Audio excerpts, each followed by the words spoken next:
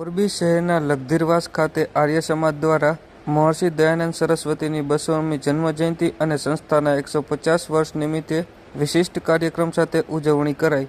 બાબતે પ્રાપ્ત માહિતી મુજબ મોરબી શહેર ખાતે આર્ય સમાજ દ્વારા મહર્ષિ દયાનંદ સરસ્વતીની 200મી જન્મજયંતિ તેમજ સંસ્થાના 150 વર્ષ નિમિત્તે આર્ય સમાજ લખધીરવાસ ખાતે વિશિષ્ટ કાર્યક્રમનું આયોજન કરવામાં આવ્યું હોય, જેમાં બહોળી સંખ્યામાંથી મોરબી શહેરમાંથી આર્ય સમાજના નાગરિકો ઉપસ્થિત રહી આ ઉજવણીમાં જોડાયા હતા। ઉદય આર્ય સમાજ મોરબી આજના કાર્યક્રમની અંદર જે મહર્ષિ દયાનંદ સરસ્વતીએ આર્ય સમાજની સ્થાપના કરી એ 150 વર્ષ વીત્યા છે અને એનો ઉત્સવ મનાવવામાં આવે છે વિશ્વભર લેવલે। એ અંતર્ગત આજે મોરબીમાં પણ આર્ય સમાજ લખધીરવાસ પોતાનો ઉત્સવ મનાવી રહી છે।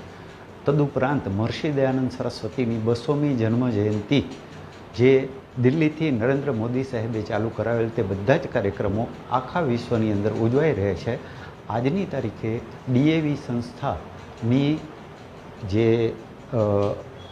વિદ્યાર્થીઓને તૈયાર કરવાની જે રીત છે એ અનોખી છે અને એવી ડીએવી સંસ્થાઓ અને ગુરુકુલો આર્ય સમાજ પાસે લગભગ 1200ની સંખ્યામાં છે અને એ વેદ વિદ્યાનો પ્રચાર પ્રસાર કરતી સંસ્થા છે।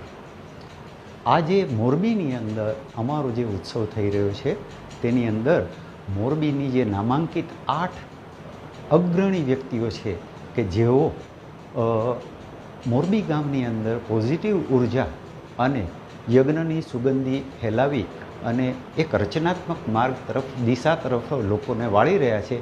એ 8 વ્યક્તિઓનું સન્માન અત્રે થવાનું છે।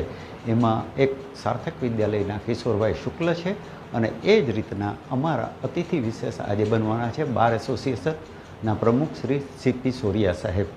અત્રે જે અમે સંચાલન કરીએ છીએ એ ઘનશ્યામસિંહ ચુડાસમા સાહેબ એમના નેતૃત્વ નીચે એમના પ્રધાન પદ હેઠળ અમારી ટીમ તૈયાર થઈ અને ઉત્સવ અને અનેકવિધ સંસ્થાના અને સ્કૂલના બાળકોના એની અંદર વેદ વિદ્યાના સંસ્કારો ભરવા માટે થઈને કાર્ય કરે છે।